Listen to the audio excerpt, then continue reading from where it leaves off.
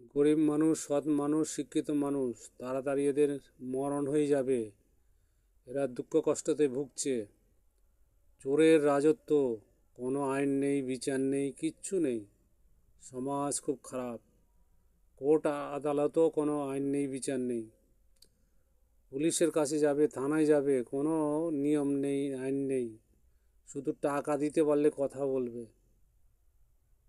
খুব অবস্থা খারাপ। সব চোরের রাজত্ব, চোরের। কত নির্যাতন, কত ধর্ষণ বেড়ে গেল, প্রচুর বেড়ে গেল। কত পকেট মার বেড়ে গেল, কত মোস্তান, খুন খারাপি হচ্ছে, কত রেপ হচ্ছে, রেপ। সব চামচার নেতা মোস্তান এরা করছে। সরকার একটুও দেখছে না। শতকরা 30-35 জন মানুষের অবস্থা খুব খারাপ দেশে। আর কুড়ে কাজকর্ম করবে না, শতকরা 65 জন কুড়ামি। সব এর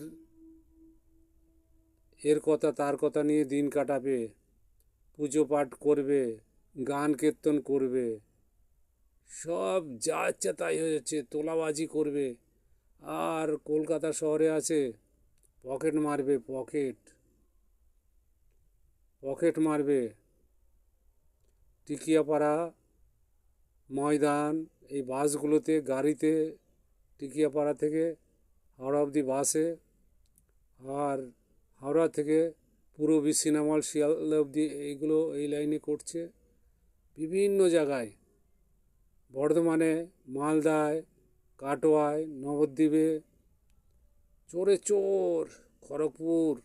খড়গপুরে, কটকে, পুরীতে, যেইখানে যাবেন সরকার এরম করছে। কোনো সরকার রুখতে পারছে না।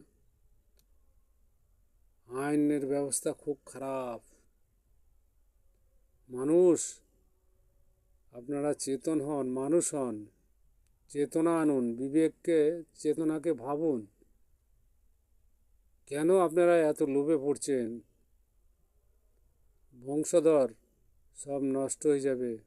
আপনার নাতনি থাকবে, মেয়ে থাকবে, সব রেপ করবে এরা। চেতন হন, 5 বছর ছাড়া ছাড়া ভোট পাল্টান। লোভ ছাড়ুন। দুটো খাবেন, শান্তি মতো খান।